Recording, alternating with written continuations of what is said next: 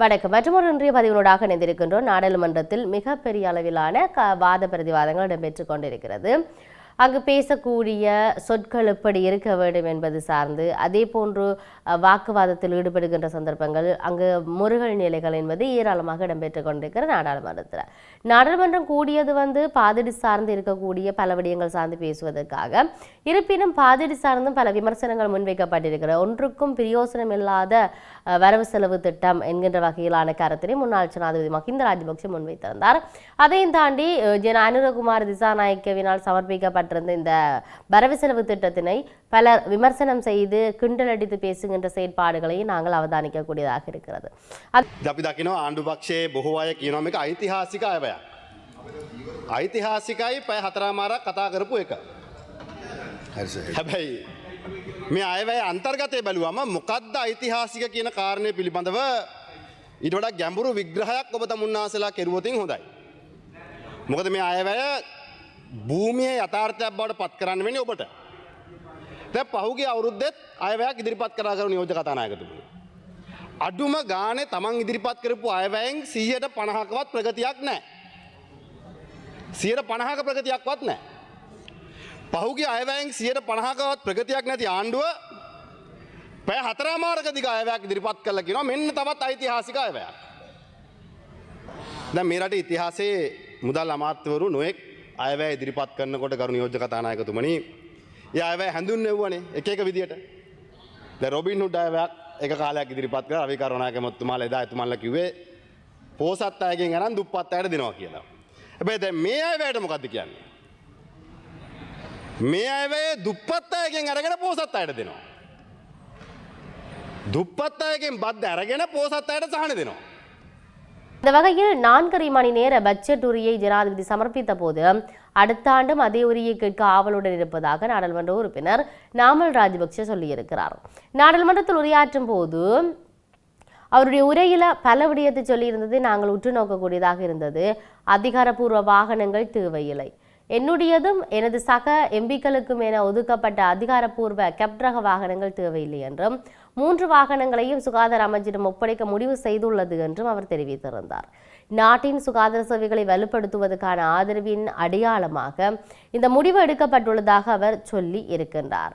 எதிர்க்கட்சிகள் ஒற்றுமையாக நிற்கும் அரசியல் வேறுபாடுகள் இருந்த போதிலும் பொதுமக்களை தவறாக வழிநடத்தும் அரசாங்கத்தின் நடவடிக்கைகளை வலுப்படுத்த எதிர்க்கட்சிகள் ஒற்றுமையாக நிற்கும் என்று நாமல் ராஜபக்ஷ மேலும் சுட்டிக்காட்டியிருந்தார். நவம்பர் மாதம் 21ஆம் தேதி நடைபெறவிருக்கின்ற இந்த பேரணி அனைத்து எதிர்க்கட்சிகளிடையும் கலந்துரையாடல் நடத்தப்பட உள்ளதாகவும் அனைத்து கட்சிகளும் அதில் பங்கேற்கும் என்ற நம்பிக்கை இருப்பதாகவும் அங்கு சொல்லப்பட்டிருக்கிறது. இதையும் தாண்டி மக்கள் வீதிக்கு இறங்க நிலைமை வரும் என்று புதிய ஜனநாயக கட்சி முன்னணியினுடைய எம்பி சாமர சம்பத் தசாநாயக்க எச்சரிக்கை விடுத்திருப்பதை பார்க்கக்கூடியதாக இருக்கிறது. நாடாளுமன்றத்தின் வரவு செலவு திட்ட விவாதத்தில் உரையாற்றும் போது அவர் இவ்வாறான விடயங்களை சொல்லியிருந்தார்.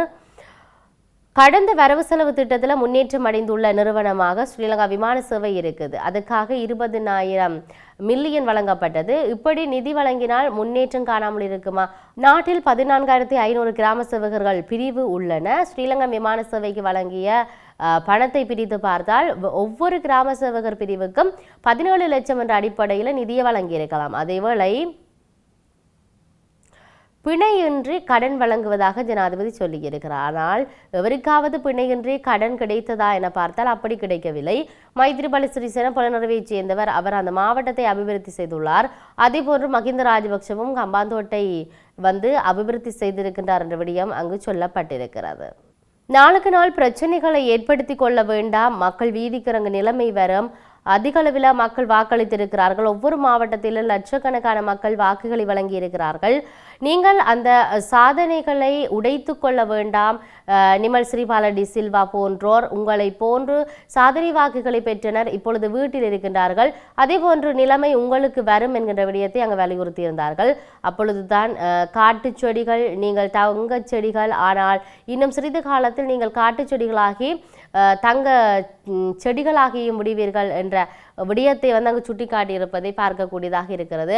தாண்டி மாவீரர் நாள் நினைவேந்தல் வாரம் அனுஷ்டிக்கப்பட இருக்கிற இந்த பின்னணியில் நவம்பர் 27ஆம் தேதி நினைவு நாளை அனுஷ்டிப்பதற்காக ஒற்றுமையாக வாருங்கள், இல்லை என்றால் இரு தரப்பினருக்கும் நல்லூர் பகுதி நிலம் வழங்கப்படாது என்ற விடயத்தை முதல்வர் மதிவதனி தெரிவித்திருப்பதை நாங்கள் பார்க்கக்கூடியதாக இருக்கிறது. ஜாழ் மாநகர சபையின் மாதாந்த அமர்வு இன்றைய தினம் இடம்பெற்றிருந்தது. இந்த மாதாந்த அமர்வின் போது பல விடயங்கள் பேசப்பட்டிருந்தது. வாக்குவாதத்தை அங்கு உண்டு பண்ணியிருந்ததை நாங்கள் பார்க்கக்கூடியதாக இருக்கிறது. ஆகவே ஜாழ் மாநகர மாதாந்த அமர்வு இன்றைய தினம் இடம்பெற்ற நிலையில்தான் நல்லூர் மேற்கு வீதியில் இருக்கிற காலி நிலத்தில் நினைவேந்தல் செய்வதற்கு வழங்குவது தொடர்பாக அங்கு விவாதிக்கப்பட்டிருந்தது. சைக்கிள் கட்சி மற்றும் மான் கட்சி ஆகியோர் நினைவேந்தலை குறித்த இடத்துல நடத்துவது என்று கடும் வாத பிரதிவாதம் நடைபெற்றது. குறிப்பாக சைக்கிள் கட்சிக்கு மட்டுமே நினைவேந்தல் செய்யும் உரிமை கிடையாது, தமிழ் தேசிய கட்சிகளுக்கும் அதனை நிறைவேற்றுவதற்கு உரிமை உண்டு என்ற விடயமும் அங்கு முன்வைக்கப்பட்டிருக்கிறது. குறிப்பாக சைக்கிள் கட்சிக்கு மட்டுமே நினைவேந்தல்களை செய்யும் உரிமை கிடையாது, அனைத்து தமிழ் கட்சிகளுக்கும் இருக்குது, அதனை நினைவேந்த உரிமை உண்டு. அதே நேரம் வருடம் சைக்கிள் தரப்பினரை திலீபனி நினைவு நாள், மாவீர நாள் போன்றவற்றை குத்தகைக்கு எடுத்து செய்வது போன்று அடாத்தாக முன்னெடுத்தனர். அதை ஏற்க முடியாது. இந்த நிலையில் குறித்த விடயத்தை ஒற்றுமையின்மையினால தான் இரு பிரிவாக நிகழ்வுகள் இரு தரப்பினரால் முன்னெடுக்கப்பட்டு வரும் கீழ்த்தரமான நிகழ்வுகள் நடக்கிறது. அதன்படி நினைவேந்தல் நிகழ்வை வந்து நடத்த குறித்த காணியை வந்து மான் கட்சி தரப்பினை முறை குத்தகைக்கு கோரியிருக்கிறார்கள். ஜாழ் மாநகர சுகாதார சிற்றூழியர்கள் முன்பு புறக்கணிப்பு போராட்டம் ஒன்றை முன்னெடுப்பதற்கும் இங்கு தீர்மானம் நிறைவேற்றப்பட்டிருக்கிறது. இன்றைய மாநகர சபை அமர்வின் போது பொறியியலாளரது கட்டுப்பாட்டிலிருந்து தம்மை விடுவித்து பிராந்திய சுகாதார சபை அதிகாரியின் கீழ் செயல்பட அனுமதிக்குமாறு கோரி இந்த போராட்டம் முன்னெடுக்கப்பட்டிருந்தது. இதன்போது இந்த போராட்டம் தொடர்பில் உறுப்பினர்கள் முதல்வரிடம் கேள்வி எழுப்பியிருந்தார்கள். அதுக்கு பதிலளித்த முதல்வர், முறையான முன்னறிவிப்போ தெரியப்படுத்தோ இன்றி வீதியில் நிற்பவர்களை சந்திப்பதற்கு தான் தயார் இல்லை என்ற விடயமும் அங்கு சொல்லப்பட்டிருக்கின்றது. ஆகவே எது எப்படி இருந்தாலும் மாவீரர் நினைவு நாள் அனுஷ்டிக்கப்பட வேண்டியது ஒன்று. அதிலும் குறிப்பாக சொல்ல போனால் அது அனுஷ்டிப்பதற்கான சுதந்திர மக்களுக்கு வழங்கப்பட்டிருக்கின்றது தாயகத்தில். இதிலும் குறிப்பாக சொல்ல போனால் இராணுவத்தினுடைய அணுகுமுறைகள் இல்லாட்டி தலையீடுகள் என்பது வருடம் காணப்படுகின்ற ஒரு நிலைப்பாடு இருந்தது. ஆனால் தற்போது அதனை நிவர்த்தி செய்வதாக பல நகர்வுகள் வெளிவந்திருப்பதை நாங்கள் அவதானிக்கக்கூடியதாக இருக்கிறது. ஆகவே இதையும் தாண்டி நாடாளுமன்ற அமர்வில் இன்றைய தினம் வாத பிரதிவாதங்கள் இடம்பெற்றிருந்தது.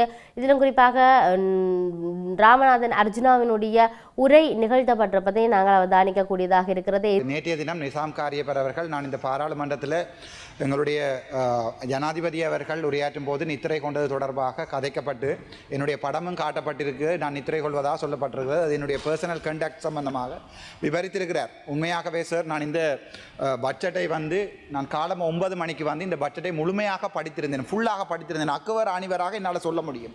இதில் வடக்கு மாகாணத்தில் எங்களுக்காக எந்த ஒருவும் இதில் ஸ்பெஷலாக ஒதுக்கப்படவில்லை. ஆதலால் இதில் எனக்கு சம்பந்தம் இல்லாத காரணத்தால் சார் நான் அந்த என்னுடைய அந்த நேரத்தை எங்களுக்கு பிரயோசனம் இல்லாத பட்ஜெட் என்ற காரணத்தால தான் சார் நான் நித்திர கொண்டேன். நன்றி. இது எப்படி இருந்தால் நாங்கள் பொறுத்திருந்து பார்ப்போம். மற்றொரு பதிவினூடாக சந்திப்போம். வணக்கம்.